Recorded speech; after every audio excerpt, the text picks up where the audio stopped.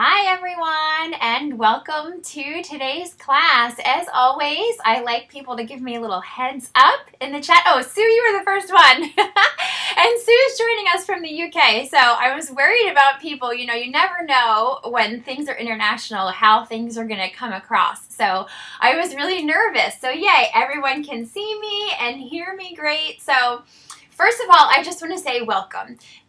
This is kind of crazy that you're all here because I put out this call and figured, a couple people will help me test drive this new platform, and there are over 100 of you registered.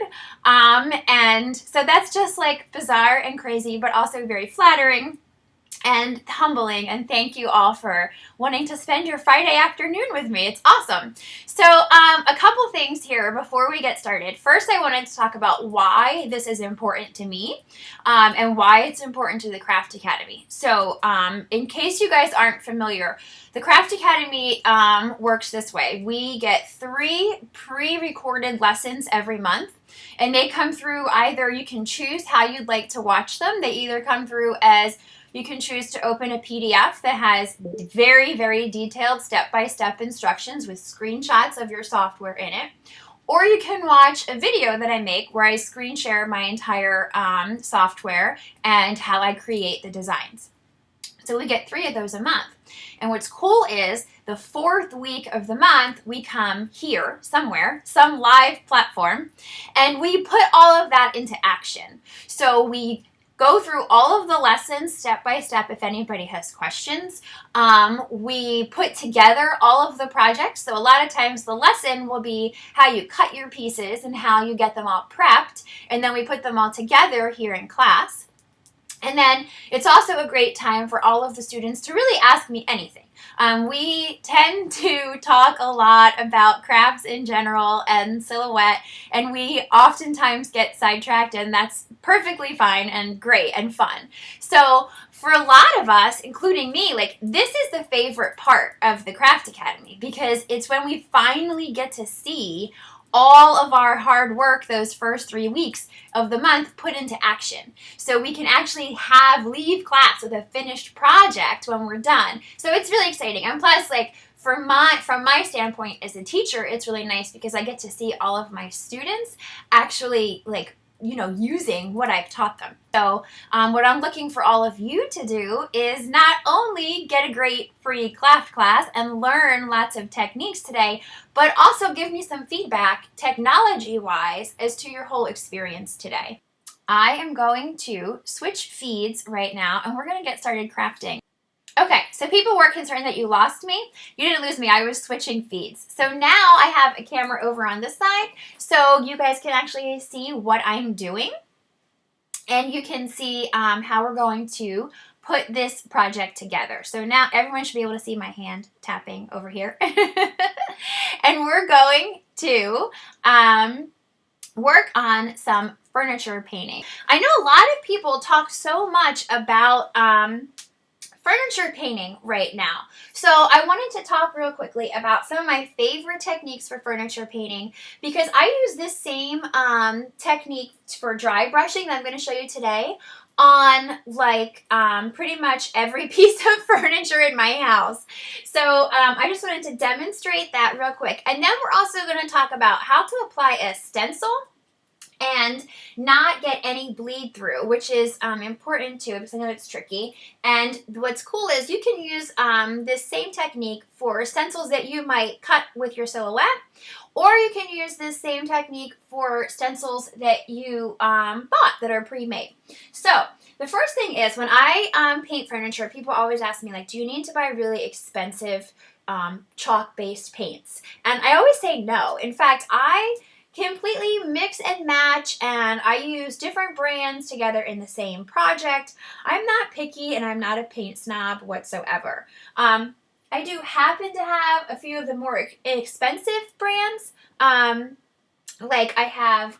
do have some Annie Sloan here, but it's completely up to you. You don't need to use expensive paints whatsoever. In fact, some people actually really like to make their own, which is fine too. So here's a little trick. I have just painted this completely covered with basic white paint, and now I'm going to add the dry brushing onto it. So the key to dry brushing is that you want to use like the most dry brush that you can possibly get. So I usually take an old rag and I take my paint. I'm going to start off with my favorite color gray, which I'm almost completely out of. I need to get more of it. And a lot of times, especially like today when I'm just going to use a little bit and I don't have very much left, I usually paint from the lid, but I have so little that it's not even going to go into the lid for me. So I'm going to have to actually paint from the can today, which I hate doing.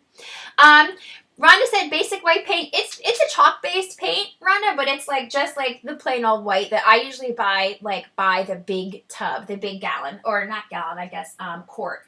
So I buy a lot of these small little guys because this way I can not as expensively have to use or have to get so much, because especially when you're dry brushing, a little bit of paint goes a really, really, really long way. But the white, because I use that on so many, this one I'll buy the quart, the bigger one. And that's really the only one that I've ever bought the big can of. Everything else I just buy the little guys. So when people say, okay, so if you don't spend your money on the paint, then what do you spend your money on? And the answer is I spend my money on a really good brush. I think that's really, really important that you get a really good brush because I think that your dry brushing is going to come across so much better, and you're going to get a much better aged effect if you use a really good brush. So the trick is, like I said, is you get as much paint off of here as you can. So you're going to put the paint on your brush, and then you grab your paper towel and just really rub really, really well to actually get almost all of the paint off of the brush. So we're going to keep going really, really, really, really well and get almost all of it off, which I know is crazy. More of your paint ends up on your ends up on your rag than probably on your project. And then you're going to come over to your project when you've wiped off so much of your paint, and you just very lightly are going to go back and forth.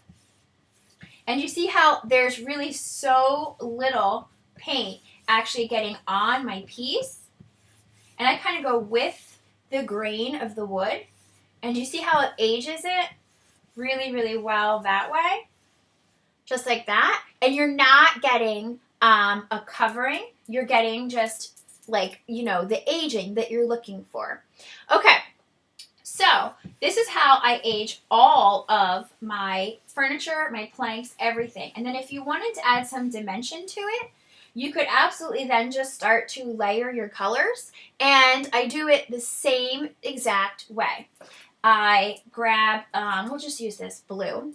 Jean said, I thought I was buying a good brush, but the bristles came out. Did you get yours at Hobby Lobby or Michael's? Maybe a price range would help. Okay, Jean, I got this good one. This big guy that I have is an Annie Sloan brush, and I got it from just one of her distributors, and it was expensive. I want to say it was like over $30, and I might even be lowballing that.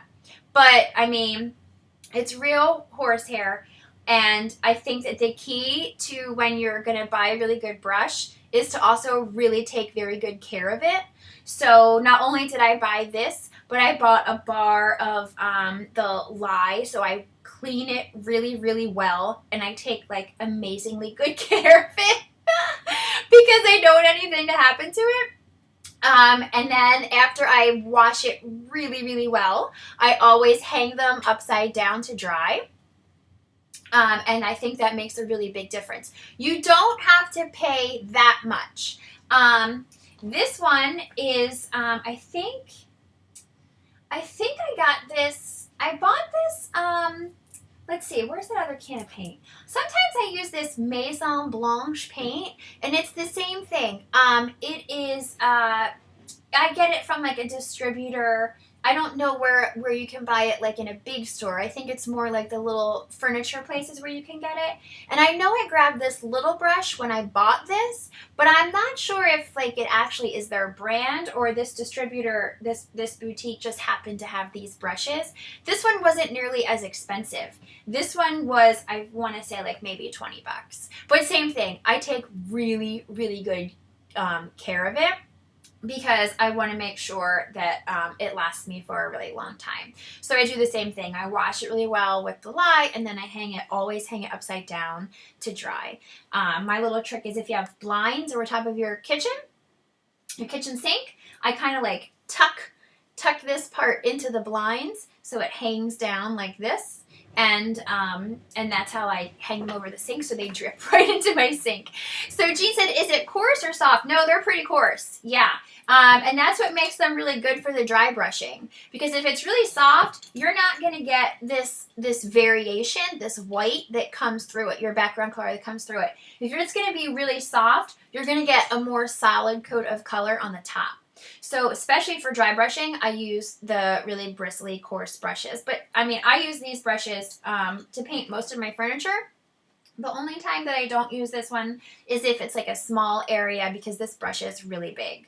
So I don't use that for little detail areas, but if it's a big piece, or I'm just kind of like doing a big piece and saving the corners and stuff, for later, I'll use this on the big sections and then use a smaller, maybe even a smaller one than this if I have it, in those little detail areas. Does that make sense? I hope so. Okay, so I just wanted to demo real quick how easy it was to layer the color. So I have the gray on, and then I'm just going to do the same exact thing. I have this blue that is a different brand, is it? Or this is Annie Sloan too, this blue. And I just do the same exact thing. I'm going to put my brush in. I don't even wash my brush when I'm layering colors like this with dry brushing.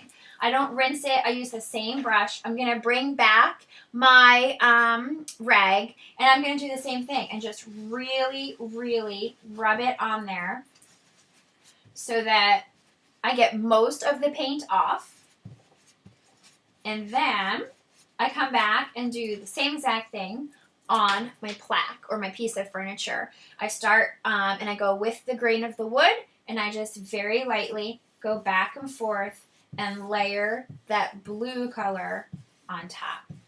And I like to kind of hit the edges a little bit. You can see there I'm kind of hitting the edge, and that gives you a nice little bit extra edging around like wherever you might have some definition in it.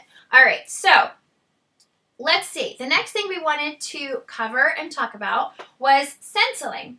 So I'm going to demonstrate today with a stencil that I made on my silhouette. But like I said, you can use any kind of stencil that you want. And the same technique will work.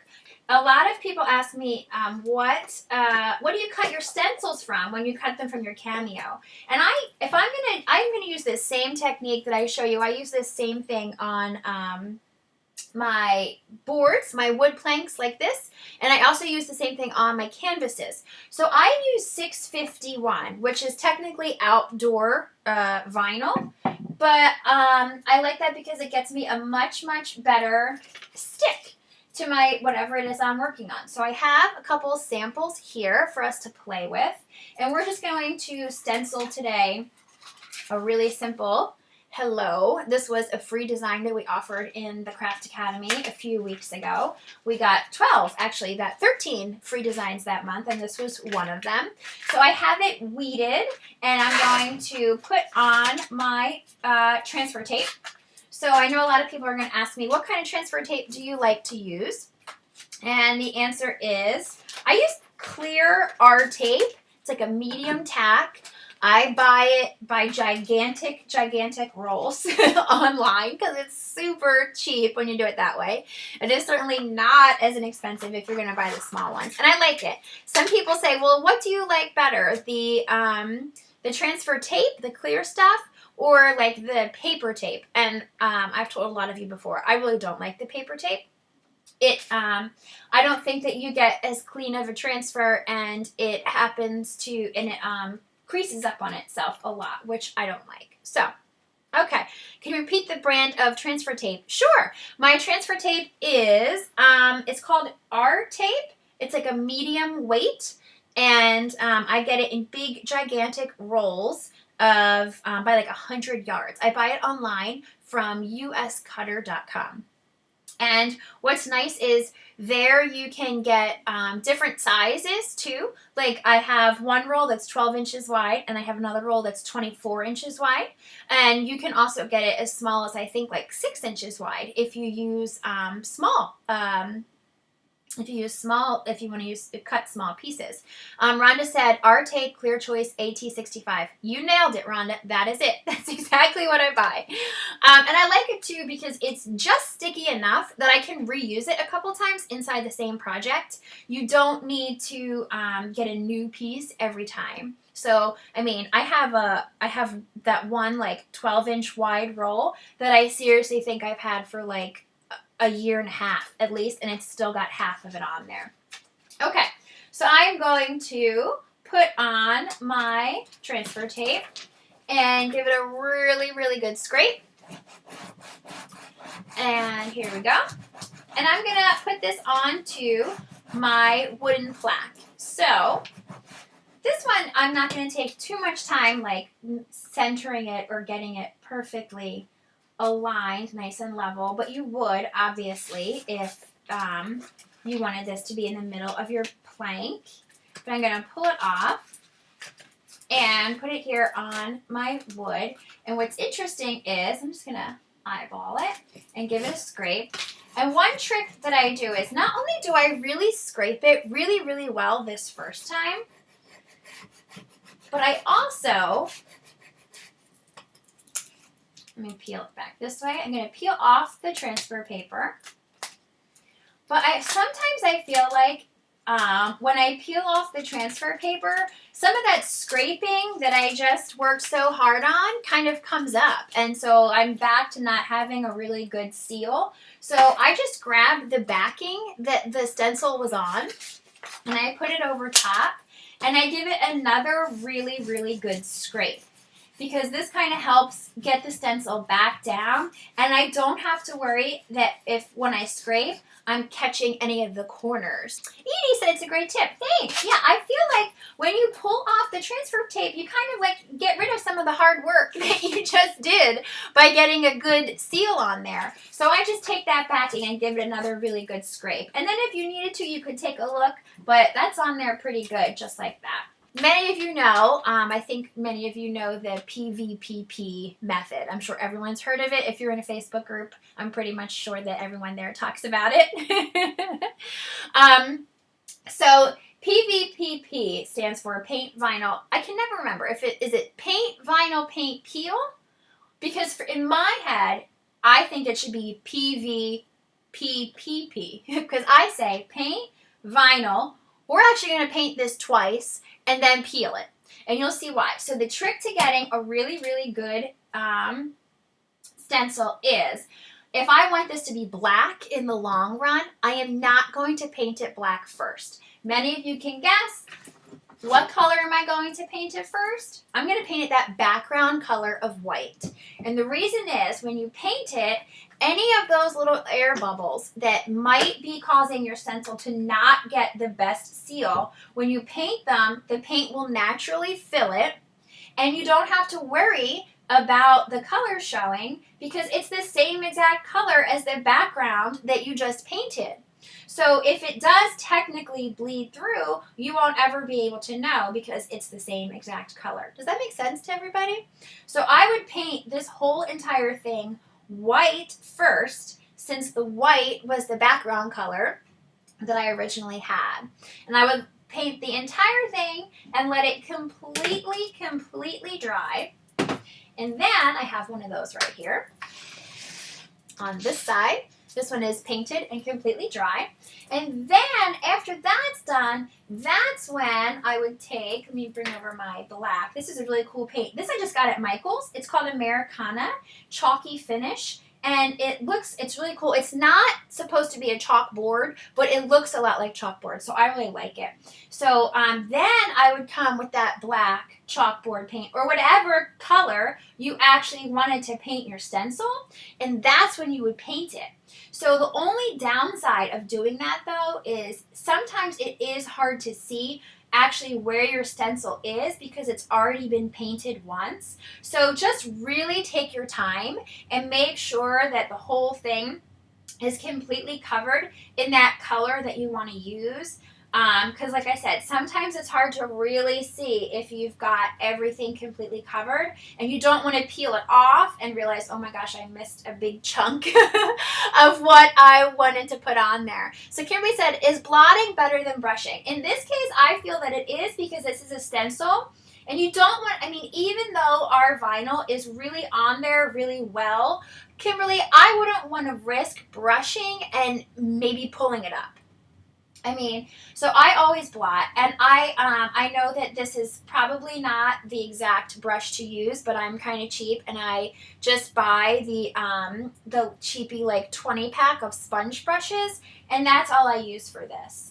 Because this way, if, you know, something happens to it, or you're like me and you get interrupted and 20 minutes later you realize, oh my gosh, I was in the middle of a project and now your paint is dried on that paintbrush. It's not that big of a deal if you got to toss this guy because it was only like a couple cents. So I buy these little spongy brushes like in bulk, and I use them exactly for this for this type of project.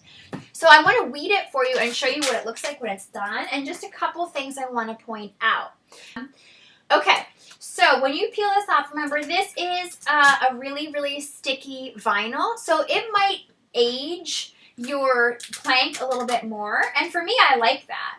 If you don't like that, then you could try 631 vinyl instead because it won't stick as much, but just be careful that, you know, because it doesn't stick as much, you might not get as, you know, as perfect of a stencil as what you're looking to get. So I always pull off the big pieces first, and then I worry about coming through with my weeding tool and pick off the little ones. Now you just have to be careful depending on what you're working on. If you're working on canvas, it's not as much of a deal. With wood, when you don't want to damage the wood too much with your picker when you go in there and pull it up, because you're going to take off some of the wood with it. So just be careful. I mean, it just takes a little bit of practice. It's not a huge deal. And especially if you're working on a piece that you want to look aged, it's even less of a big deal.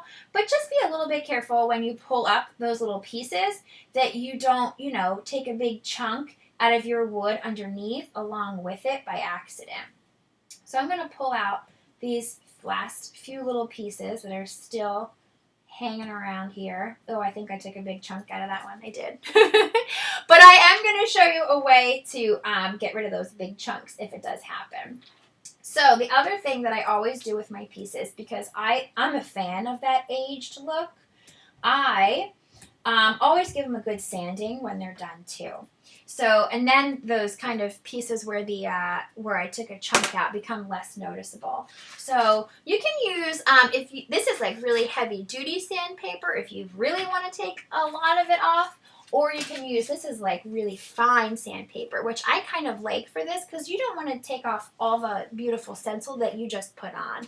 So I just give it a good sanding with some lighter sandpaper, and right away you can see some of the color is coming through from underneath, and this is just like my favorite way to age stuff. I just give it a good sanding like that, and if for some reason like these spots where I got a little crazy with my picker, you know, you could focus right there and kind of blend them in a little bit more and no one will notice. If there's a part of your stencil that's for some reason still had a little bit of bleed through, or here actually I actually missed a little bit of the stencil because remember I said it's kind of hard to see and you really want to make sure that you get the whole thing. I missed a little chunk right here. I would just give that a really good hit with my sandpaper and it kind of all blends in. And so it kind of makes everything fine. And then if you wanted to, a lot of us like to wax our furniture or our pieces of wood. when we're done. And I do have a can of Annie Sloan wax, but again, I'm not picky at all. And I would just grab an old rag from upstairs in my kitchen, old dish towel, and I put it in and then just give it a really smooth rub. And you just want to make sure that you don't have like nasty chunks of the wax on there. You really want to make a nice, smooth coat for two reasons. One, if you put too much on, it's going to take forever to dry. And two, if you put too much on, it's going to be sticky, and it could be sticky for like ever if you put too much on. So I would just, less is more. You can always come back and put on another coat of wax, but I always do a very, very thin coat first, and then you can put another coat on top. And people are asking what kind of wax. This is Annie Sloan. Clear, soft wax. I'm not a big fan of the darker waxes. They're a lot harder to use. And so especially for beginners, I always say to start with the clear. But I'm not picky to this brand. This is just what I have here. So there are so many waxes available. Same thing. You can buy them at the little boutique furniture places, but you can also get pretty good stuff at Michael's and Hobby Lobby these days. So I would check there too if you wanted to. I'm not, like I said, I'm really not picky. I feel like if you have a really good technique, you can make a lot of the different brands and the different price points of brands and paints and waxes work. And so I want to go back to Kim's question. She said, is the wax acting as a sealant or just for shine? And the answer, Kim, is both. So I like the look and the feel that it gives the pieces, but it also definitely will help your pieces hold up longer. Now this is like a wall plaque. So would you have to wax it? No. If you were happy with the finish and the texture that it has now, then it would be fine because it's going to hang on your wall and you don't have to worry about it. I made my own furniture over the summer, coffee tables and end tables, and those I waxed because I knew my kids were going to be putting juice cups and everything else on them. And so in that case, not only did it give it a nice soft feel, but it helped protect it. So, I mean, the other day, one of my kids spilled a cup of water on it. It was not a big deal because it literally just beat it up and I wiped it up real quick. No big deal. So it works for both reasons. And Jean said, is it a craft wax, floor wax, or a car wax? This is a craft wax. So you would find it like in the paint section, Jean, wherever the chalk-based paints and things might be in your craft store. So it's made specifically for furniture. This actually says walls, but I've never actually used it on my walls. I use it on just the pieces of furniture that I buy, or that I paint, I mean. Okay, so that's all I really want to talk about with the plaque, with the wooden plaque. Does anybody have questions? You can post them in the chat about anything we covered so far with painting the plaque. If not, I'm going to actually start to screen share with all of you real quick. So this is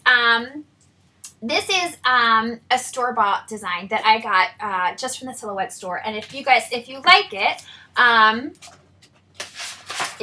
want to give you the number. It's from Colette Hall, and it's number 54708. And you can just pick that up from the Silhouette store. So like I said, this is a store-bought design. And I think I want to cut this in 2 colors just because that really works well for my demonstration today. So I'm going to fill them with color here inside my software just so you can get a better idea of how I would like this to actually look when we're done. So many of you know how to fill color, but if you don't have a Silhouette, this is a really quick, easy way to do it. You're going to select all the pieces that you want, in this case, to be black. So if you would like to select more than one piece, you can click and drag just like this to select a whole bunch of them. But in this case, everything is selected. So I want to be specific here and just select a few of them. So instead, I'm going to hold down my Shift key and I'm going to click on just the pieces that I know I would like to be black, just like that. And then up in the top right nav bar of your software, you're going to click to open the fill color window, and I want these to be black, so I'll click on the little black square up there. And now I'll click on the home, because I think I would like that to be, I have it in bright pink, already cut for us in class. That's perfect, just like that. So the next thing we're going to do is add in the registration marks. So for me, I'm going to cut everything in black first, and then I'm going to cut everything in pink. The trick is when I put them on my paper, I want to make sure, or whatever it is, if you want to put these on a canvas or whatever you want to put them on, your wall, whatever. I have a chalkboard wall in my kitchen. This would be a really cute thing for up at the top of the chalkboard wall. No matter where you're putting it, you want to make sure you get that home in the exact right spot on top of the there's no place like, right? So here's the trick for how you do it. We're going to simply add in registration marks. And for me, I like to use the letter X as a registration mark. I just think that if you use a circle, sometimes it can still be a little bit off. I think the X gives me the most accurate registration marks. So to add the X, you're just going to click on the text button in the left side nav bar. And you're going to click, doesn't matter where, click anywhere on your screen and type an X. And then click in a blank space. Now, these are a little big, these registration marks. So I'm going to click back on it and just drag the corner in so it's a little smaller. There is no right size, but you just want to be sure that they're not too small that when you weed them, they end up coming off with the rest of your vinyl. And they're not too big because that would just kind of waste a lot of vinyl. So this is good right here. And I'm going to drag it into place right here. And you might say to me, well, how do you know that that's the right place to put it? And the answer is, I'm looking at this home. I want it to be just above the top of this home so that I can use it and not have to worry about the actual design getting in the way. I want to be able to just focus on lining up my registration marks to begin with. So I'm going to put this X so it's just above the top of that home. And you need two, at least. One registration mark does not give you an accurate enough transfer. So while this X is still selected, I'm just going to click Edit and Copy, and then Edit and Paste. And for those of you that like to right click, you can certainly do it that way too. I have a new X, and I'm going to put it over here just above the home, again, right here. And you might think, well, that's weird. It's like right between the no and the place. Yep, that's fine. You'll see exactly how this is going to work when we put it together. I'm going to walk you through putting it together. Okay, so now you say, okay, I've got my registration marks in place. I'm going to just check the chat. We're all good. We have to cut this, though. So you don't want to cut it just like this. You want to cut it by color. So to do that, we're going to cut a black and we're going to cut a pink. The important thing is you want to cut the registration marks both times. So the easiest way to do that right now, since we're only cutting two pieces, let's click and drag this entire design. And we're going to make a copy of it and then paste it. I'm going to scoot it over to the side so that we have two complete copies. I'm going to scoot over a little bit more so everybody can see both of them. All right, just for the sake of argument, let's say this side we're going to cut black, this side we're going to cut pink. So over here on the black side, if we're only going to cut black, you can get rid of the pink. Click on it and hit delete. Keep your registration marks. Don't move them. In fact, it's always a good idea right now to click and drag, select all of this, and click Group Selected Shapes from the bottom left corner. This way, nothing moves by accident when you're moving this around, okay? We don't want our registration marks to accidentally get scooted over at all. Now we're gonna go over here. This one, remember, was our pink. So we can get rid of all of the black. So you're gonna click on the black, hit delete all the black pieces. Leave your registration marks, leave them right there. Same thing, click and drag, and just to be on the safe side, group them all together. And this is what you cut. So here on your mat, you're going to put your black vinyl in your machine and cut this piece. Then you're going to come over here, put your pink vinyl in your machine and cut this piece.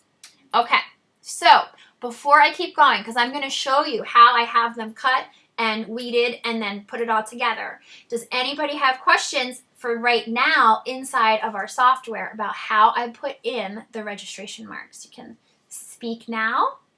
Jump in the chat and post anything. Seems like everyone liked the tip for the registration marks. Is there a magic tip to not grabbing the center mark? Okay, Judy, you must have the Designer Edition upgrade. So Judy is talking about that center of rotation, which it's funny you bring that up, Judy, because we talked about that in class this month a lot.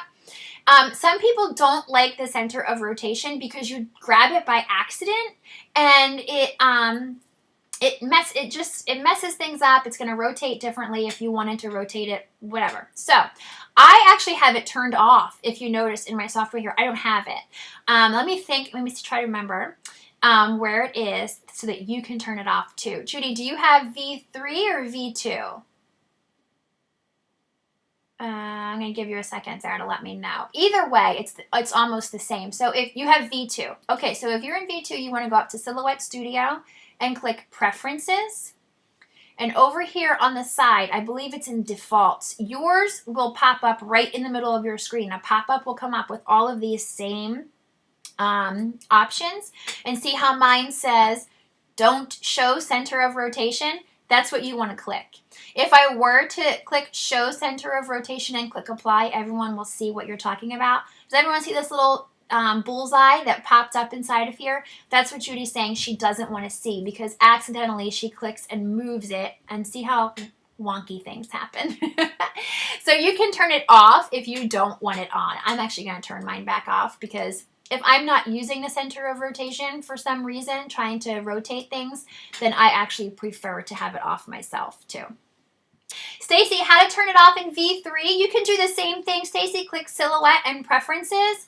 Or if you click this little gear down here in the bottom right corner, same thing. You click on Defaults and it'll be right there. Let's see. I think I missed a question. Melinda said, at this point, we can move the design to save vinyl. Absolutely, Melinda. You absolutely can. So, and it's grouped, so it's easy to move. You don't have to worry about, getting those registration marks too. So you can absolutely scoot it up. And we can talk a little bit about how to cut this. Everyone has different favorite techniques. So for me, I used to be terrified to cut without a mat.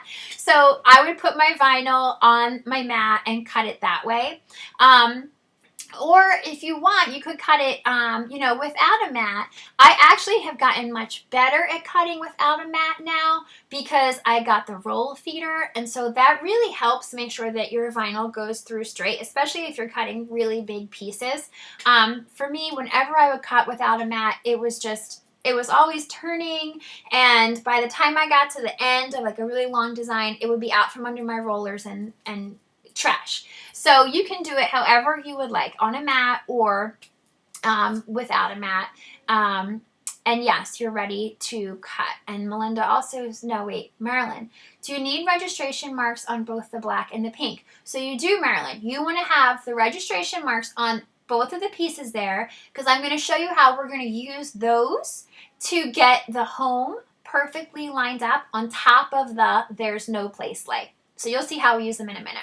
Okay, anybody else have questions inside the software? If not, I'm going to go back to that other feed so you guys can see my hands, and we're going to actually put it together. Okay, so now we're going to head back over here and we're going to work a little bit on this. So I have them cut, and I wanted to talk a little bit about weeding because I know that scares some people, even though, I have some weeded too.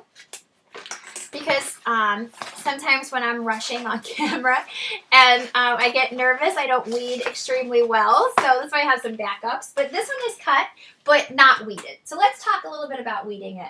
Everyone has their own favorite tricks. This is pretty big, so I don't think we would need any kind of a reverse weeding technique. But one thing I will share is this, that you do not need to weed this entire thing in one big piece. In fact, for me, I would find that difficult to do. So I always feel like once it starts to get a little too cumbersome to hold that vinyl that I'm peeling off in my hand, then that's when I take a break and I trim it back. So in this case, I'm just going to grab a piece off to the side, and as I peel it back, if it starts to get to be too much to hold and keep track of, especially when you have more complicated designs, this is good right here. I'm going to stop right here, grab a pair of scissors, and I'm just going to trim off the part that I have in my hand. So now my hand is free again to start over and pull off a little bit more. So I think that that's really important. People feel like you have to weed the whole thing in one big chunk, and you don't. Take your time and just go piece by piece, like right here. I'm starting to get a little bit here that, this is all going to start to lift up if I keep going. So just clip it and then peel off this little bit more and just go nice and slow all the way across your design. Same thing. See, I'm going to get to a point here where this whole piece is going to start to lift. So just clip it. Leave that part there and get that next time. That's totally okay. And Deb said this is what she does too. And it's important because, you don't want to take all this time to get a nice cut and everything and then, accidentally peel up some pieces that you didn't mean to. Like right now, my registration mark is right here. It's kind of hard to see. I'm going to move it in. See that X right there? My registration mark is right there. I don't want to lose that by accident. I don't want to pull it up by accident. So I'm just going to very carefully get to it. And then I'm just going to clip this off right here. And I'll come back and weed directly around the X later when I have less to hold in my hand and it's less cumbersome to do that. So I would just peel away all of the pieces and I would do it for the black piece and the pink piece. Judy says, do you use the added weed lines I've seen YouTube videos for? You know, Judy, I don't.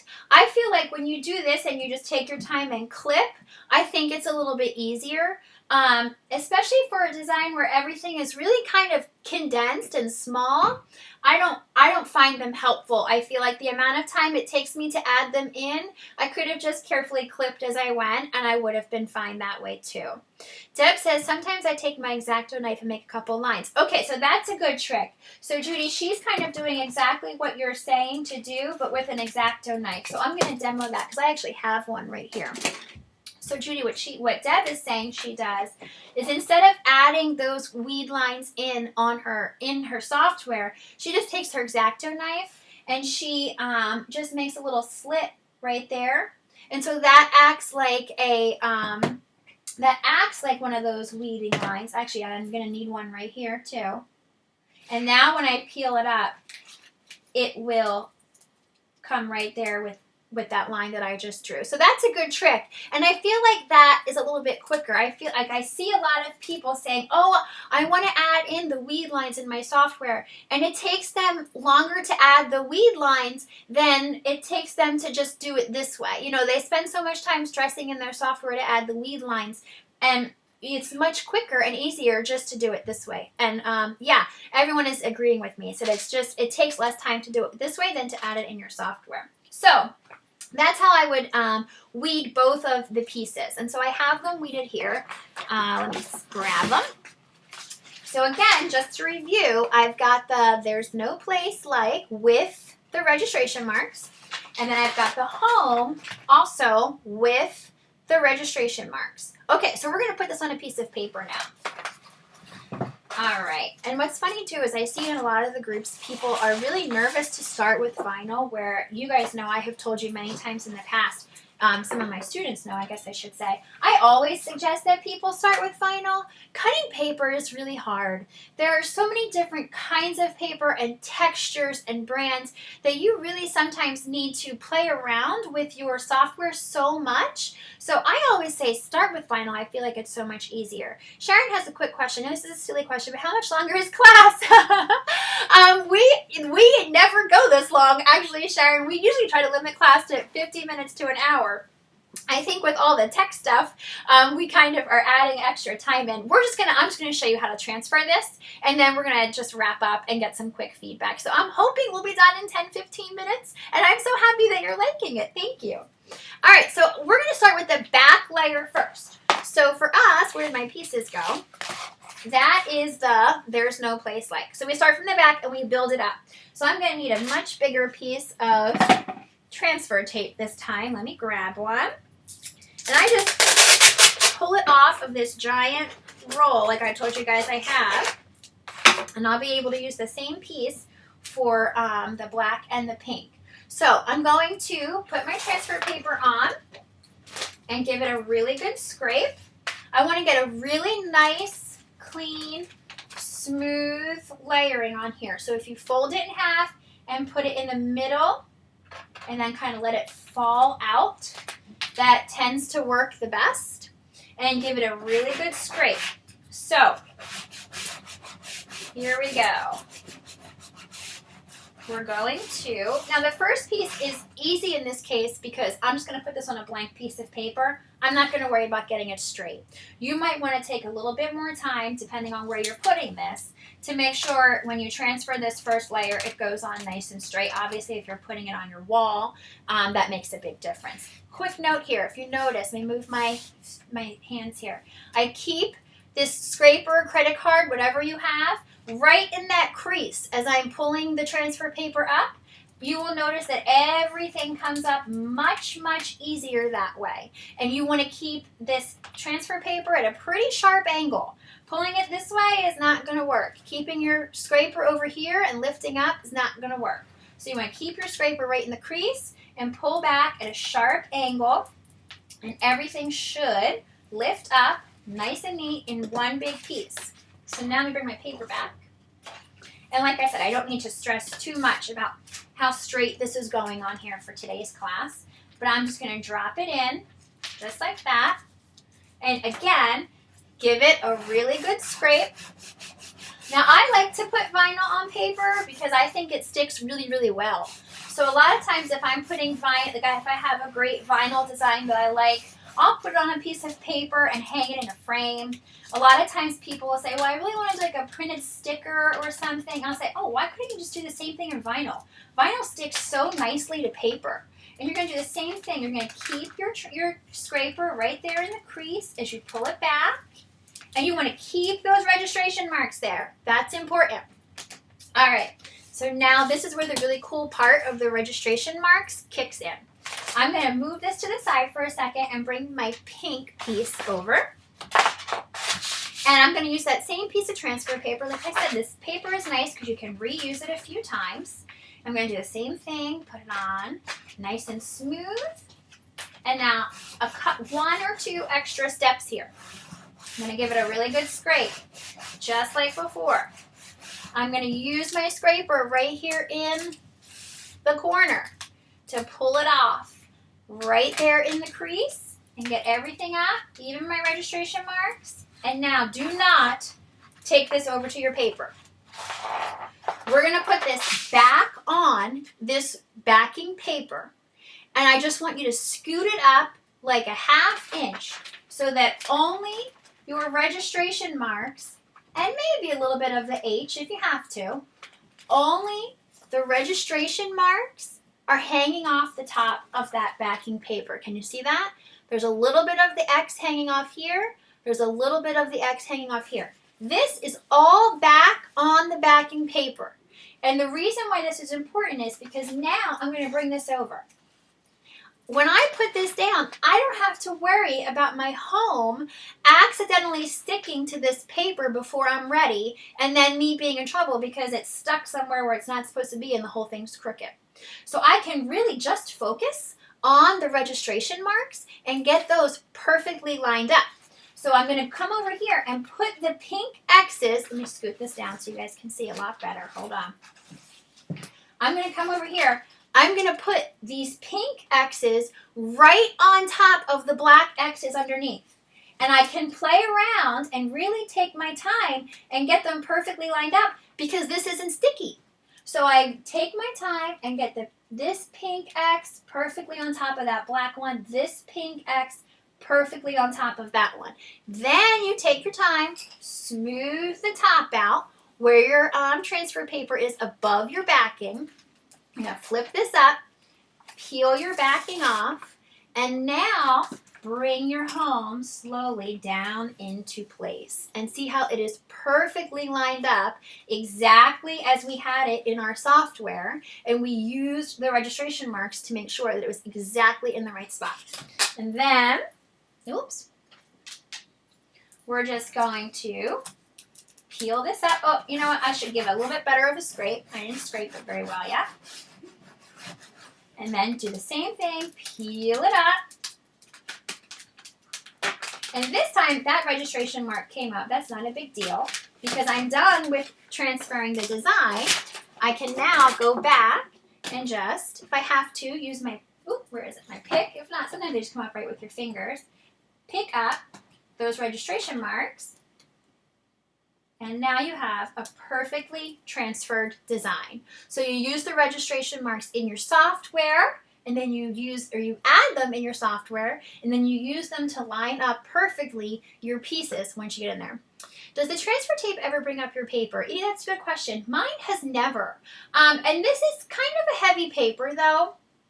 It's got some weight to it. But you know what? I've used the same transfer tape, I guess I should call it, on really lightweight scrapbooking paper, and I've never had an issue with it. That is a good question. I've never heard of anyone saying that it pulls up any of their paper. Again, though, this is a medium weight. So maybe if you had like a super heavyweight transfer tape, you might have that problem. But this medium weight, I think you'll be good to go. Everyone's saying they love this strip. Oh, thank you.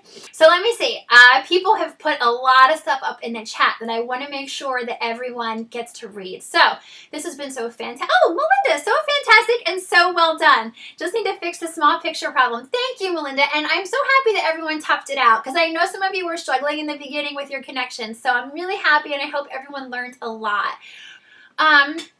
Betty says, my printer didn't print the registration marks on white copy paper in your neat trick class. Okay, so a couple things. I'm going to actually bring my software back up for a second, because this is a question that comes up a lot when people say things aren't printing inside my software. So people say sometimes that these registration marks don't print. And this is very interesting. So when you create something inside of your software like this, when you originally create a cut line, your software only reads it as a cut line. It technically has no width because it's meant to be cut, not printed. And the way that you can check this is if you click on it. I'm going to have to ungroup it because everything is together here. So I'm going to ungroup this, and I just want to click on one of these X's. And now I'm going to go over here to open the line style window. And you see here how my line thickness is 0. It's not going to print because the line thickness is 0. So if I wanted to get that X to print for some reason, all you would have to do would be increase this line thickness to whatever you want. It looks like this 0.5 is relatively the same as the other X. They look almost identical. Now if you try to print this, Betty, that X will print. Does that make sense to everyone? I hope that helps. That happens a lot. I get that question a lot. It will automatically print a color that you've filled, or if you fill it with a pattern or something like that. But your software doesn't automatically print just cut lines. So you have to go in and increase their thickness and just check. If for some reason it doesn't print, that's always the first thing I check. Okay, did I increase that line thickness? Is it really reading it as a cut line, or is it reading it as a print line?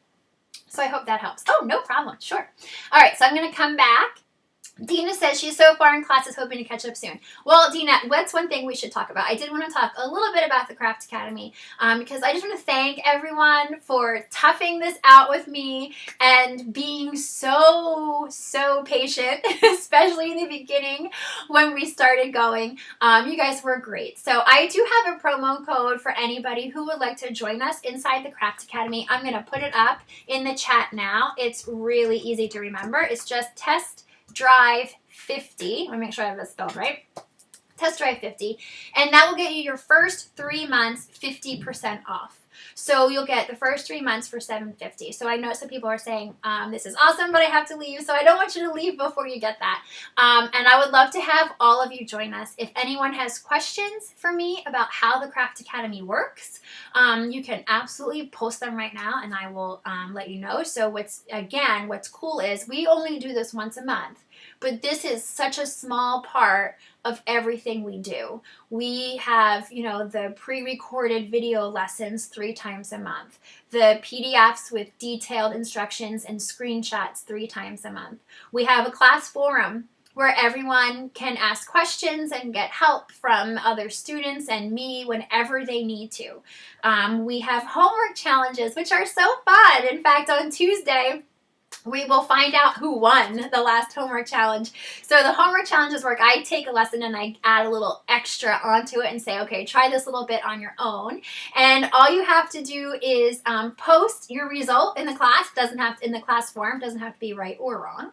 And you automatically get entered to win a goodie box. This month, everyone's excited for this one because this month you get the Silhouette Sketch Pen Starter Kit, which I believe gives you 24 sketch pens. You get the Pix Scan mat, which is super fun.